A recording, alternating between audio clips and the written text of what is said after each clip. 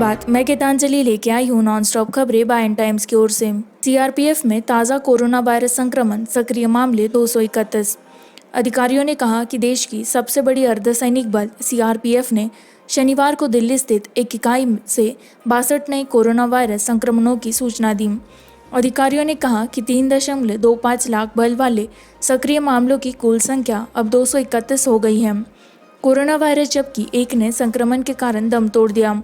ताज़ा मामले केंद्रीय रिजर्व पुलिस बल सीआरपीएफ की 194वीं rapid action force RAF battalion के हैं। अधिकारियों ने कहा कि सभी संक्रमित कर्मियों को घर में संगरोध में रखा गया है। बवाना क्षेत्र उन्होंने कहा, दिल्ली में बल के 31वीं बटालियन में लगभग 137 सकारात्मक मामले हैं। मुंबई में एयर इंडिया के 5 पायलट कोरोना वायरस के लिए सकारात्मक परीक्षण करते हैं। एयर इंडिया के 5 पायलटों ने कोरोना वायरस के लिए सकारात्मक परीक्षण किया है।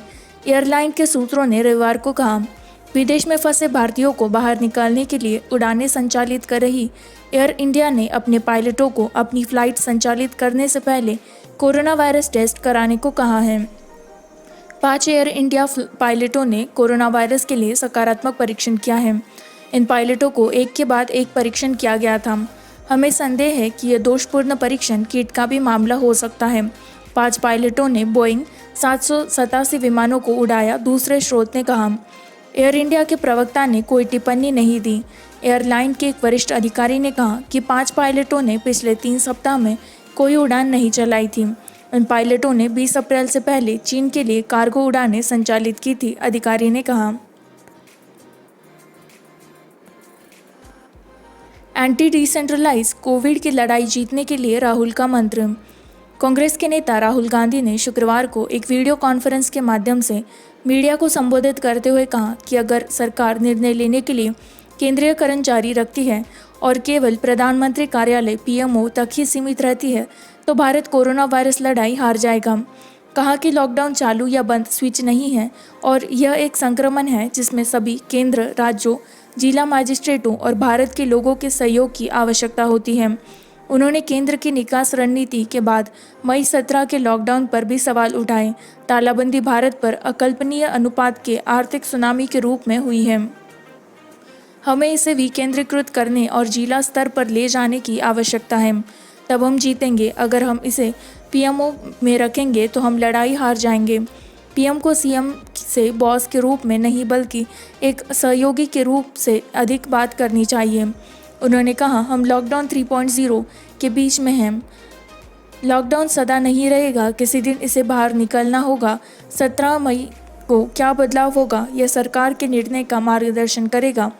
सरकार को अपने कार्यों पर थोड़ी पारदर्शिता देने की ज़रूरत है, उन्होंने कहा।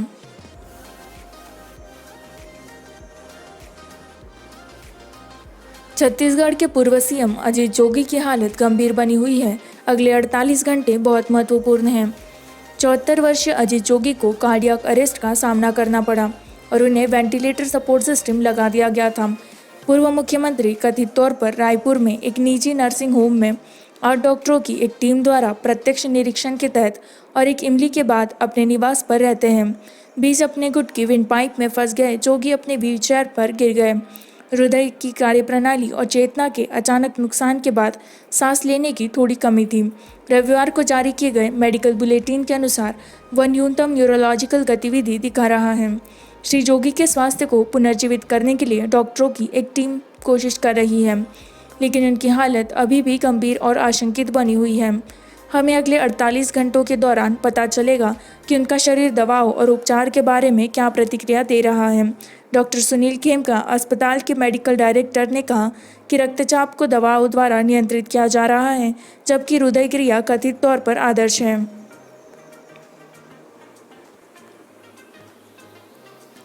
पंजाब के सीएम अमरिंदर सिंह ने पाकिस्तान को नार्को आतंकवाद फैलाने के प्रयासों के खिलाफ चेतावनी दी।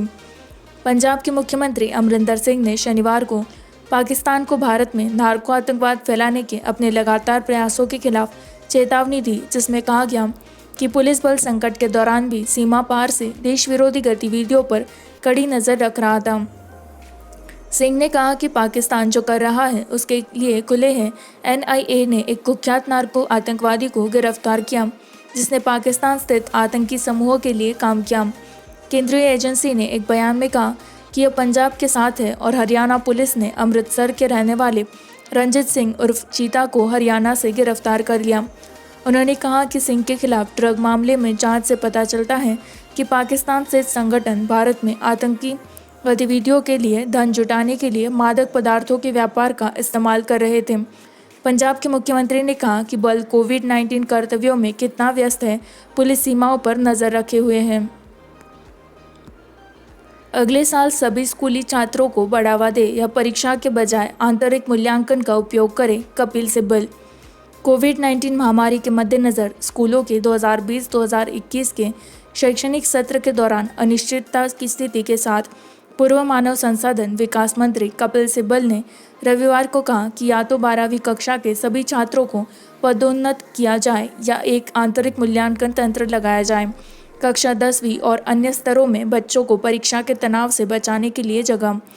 कोविड-19 महामारी के मद्देनज़र स्कूलों के 2020-2021 के शैक्षणिक सत्र के दौरान अनिश्चितता से जूझ रहे पूर्व मानव संसाधन विकास मंत्री कपिल सिब्बल ने रविवार को कहा कि या तो कुछ छात्रों को रोकना है, कक्षा 12वीं में उन लोगों को पदोन्नत किया जाए या उन्हें अगले साल परीक्षा के तनाव से बचाने के लिए एक आंतरिक मूल्यांकन तंत्र लगाया जाए।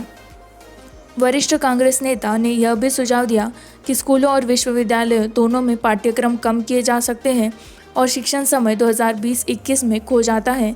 महामारी के कारण सत्र अगले वर्ष शिक्षक और छात्र दोनों समुदायों के आंतरिक प्रयास से बनाया जा सकता है।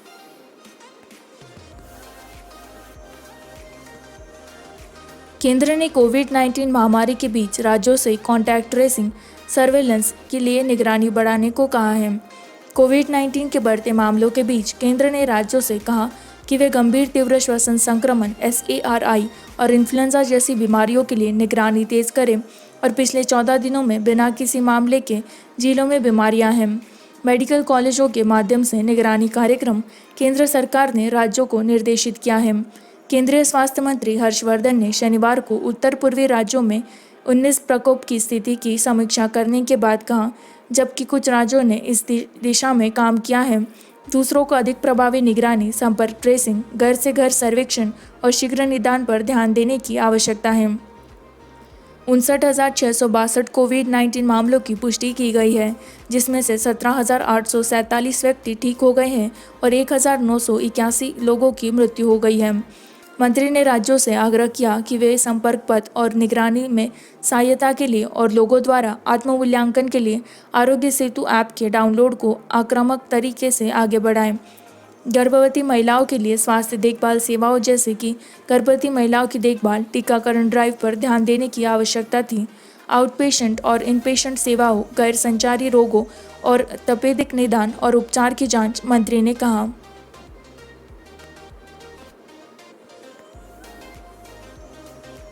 एक मई से 302 श्रमिक ट्रेनों में 3.4 लाख कर्मचारी रोए।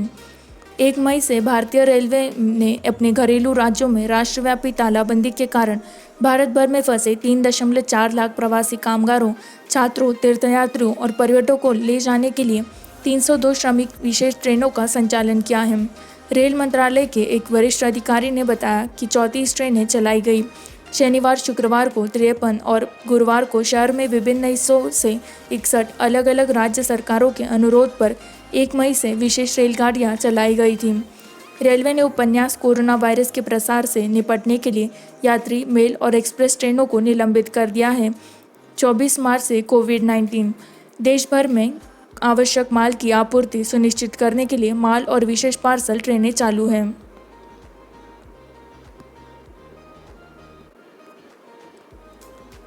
अमेजॉन माइक्रोसॉफ्ट ने $10 बिलियन मूल्य के पेंटागन क्लाउड प्रोजेक्ट पर गर्म सार्वजनिक स्पैट में संलग्न है।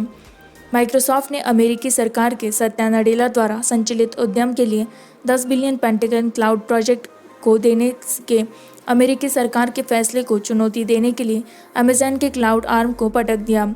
अमेजन वेब सर्विसेज AWS ने कहा, माइक्रोसॉफ्ट बहुत आसान कर रहा है। हर्डिसन, अमेजॉन के उपाध्यक्ष, दुनिया भर में संचार ने कहा कि माइक्रोसॉफ्ट ने कई स्वधर्मी और प्रचारित ब्लॉग पोस्ट प्रकाशित किए हैं कि विरोध के बाद उन लोगों को विचलित करने के उद्देश्य से भ्रामक शोर से ज़्यादा कुछ नहीं है। हमें नहीं लगता कि GSI पुरस्कार था, हर्डन ने शुक्रवार को एक AWS पोस्ट में कहा। निष्पक्ष रूप से हमें लगता है कि राजनीतिक हस्तक्षेप ने अवार्ड के फैसले को प्रभावी रूप से प्रभावित किया और हम ये सुनिश्चित करने के लिए प्रतिबद्ध हैं कि मूल्यांकन निष्पक्ष, उद्देश्यपूर्ण और निष्पक्ष समीक्षा प्राप्त करे। भारत में शिखर इंटरनेट ट्रैफिक में 40% की वृद्धि देखी गई। रिपोर्ट। भारत में मार्च में इंटरनेट पीक ट्रैफिक में 40% की वृद्धि देखी गई और डाउनलोड और अपलोड में महत्वपूर्ण स्पाइक थी। चोटियर बाजारों सहित सभी प्रमुख शहरों में काम की उच्च मात्रा और स्ट्रीमिंग सामग्री के कारण होती है। भारत के सबसे बड़े वायर्ड इंटरनेट सेवा प्रदाता में से एक FT फाइबरनेट की state of internet traffic trend report के अनुसार औसत डाउनलोड प्रति माह प्रति उपयोगकर्ता 66% की वृद्धि हुई। औसत अपलोड प्रति माह 37% प्रति उपयोगकर्ता की दर से बढ़े। डेटा 19 शहरों से फरवरी-अप्रैल 2020 तक मापा गया समग्र यातायात डेटा पर आधारित है।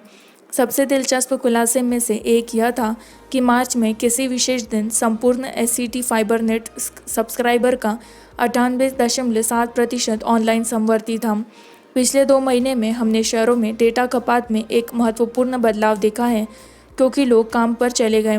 अट्रिया कन्वर्जेंस टेक्नोलॉजीज के CEO बाला मल्लादी ने कहा, घर से अधिक समय बिताने के लिए ऑनलाइन गेमिंग में लिप्त रहने, ऑनलाइन कक्षाएं लेने, कोर्स, वीडियो कॉन्फ्रेंसिंग आदि के लिए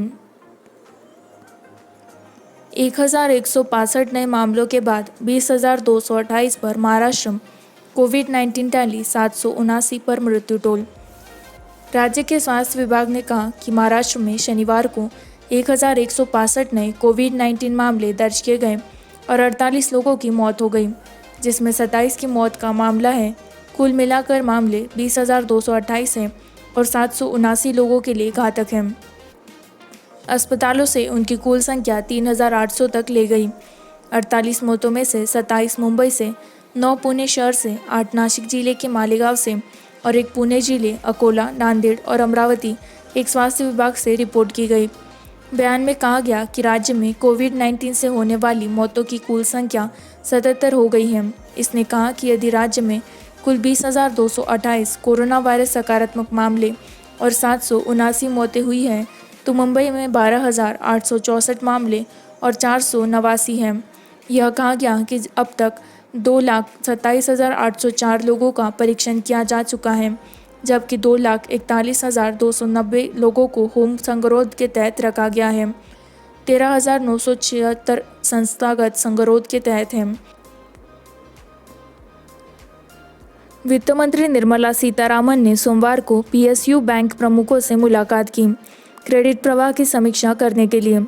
वित्त मंत्री निर्मला सीतारामन सोमवार को सार्वजनिक क्षेत्र के बैंकों PSB के मुख्य कार्यकारी अधिकारियों के साथ समीक्षा बैठक करेगी, जिसमें विभिन्न मुद्दों पर चर्चा की जाएगी।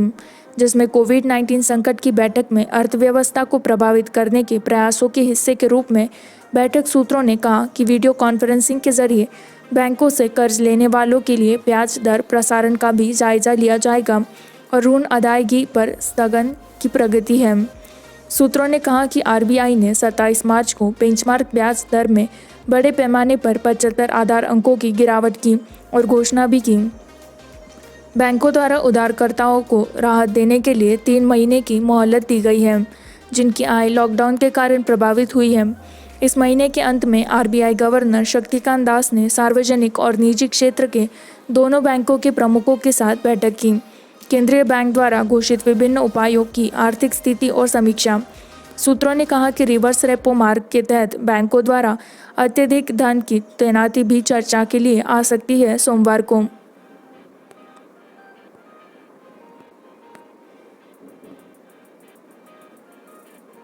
यह टेस्ट मैच की दूसरी पारी की तरह है। अनिल कुंबले कोविड-19 के खिलाफ लड़ाई पर। भारत के पूर्व कप्तान और कोच अनिल कुंबले ने खूंखार कोविड-19 महामारी के खिलाफ लड़ाई की तुलना की एक तीव्र टेस्ट मैच की दूसरी पारी से की, जहां लोग अपने गार्ड को निराश नहीं कर सकते। कोरोना वायरस का प्रकोप 2 से अधिक होने का दावा कर रहा है। 76,000 लोग अब तक 4 मिलियन से अधिक लोगों को संक्रमित कर रहे हैं। अन्य बातों के अलावा अभूतपूर्व स्वास्थ्य संकट ने एक ठहराव के लिए खेल को भी लाया है, जिससे टोक्यो ओलंपिक और यूरोपीय चैंपियनशिप और इंडियन प्रीमियर चैंपियनशिप सहित कई घटनाओं को रद्द करने और स्थगित करना पड़ा। अगर हमें इस कोरोना वायरस महामारी से लड़ना है तो हमें इसमें एक साथ रहने की ज़रूरत है। यह टेस्ट मैच की तरह है। क्रिकेट टेस्ट मैच 5 दिनों के होते हैं, लेकिन यह अधिक लंबा रहा, कुंबले ने अपने ट्विटर अकाउंट पर पोस्ट किए गए एक वीडियो में कहा है।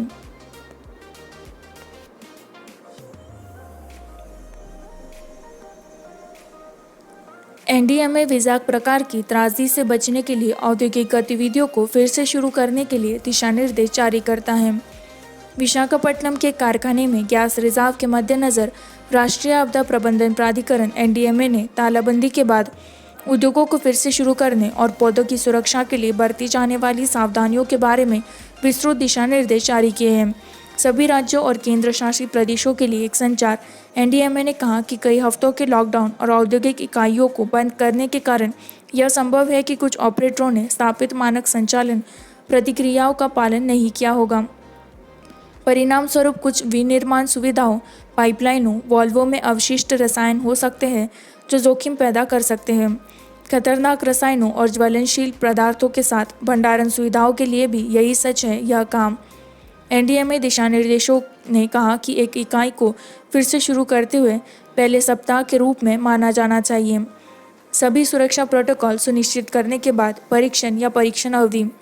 एनडीएमए ने कहा कि श्रमिकों की सुरक्षा सुनिश्चित करने और प्रसार को कम करने के लिए नियमित रूप से स्वच्छता की आवश्यकता है। संदूषण जोखिम को कम करने के लिए यह महत्वपूर्ण है कि विशिष्ट उपकरणों पर काम करने वाले कर्मचारियों को असामान्य आवाज़ या गंध, उजागर तारों, कंपन, लिंक, धुआं, असामान्य लड़खड़ाहट, अनियमित पीस या अन्य जैसी असामान्यताओं की पहचान करने की आवश्यकता के बारे में जागरूक किया जाता है। संभावित खतरनाक संकेत जो तत्काल रखरखाव की आवश्यकता को इंगित करते हैं या यदि आवश्यक शटडाउन है तो यह कहाँ है। इसी के साथ मैं संवाददाता गीतांजलि आपसे विदा लेती हूँ। इसी तरह की नॉनस्टॉप खबरों को जारी रखने के लिए लाइक करें, सब्सक्राइब करें, शेयर करें।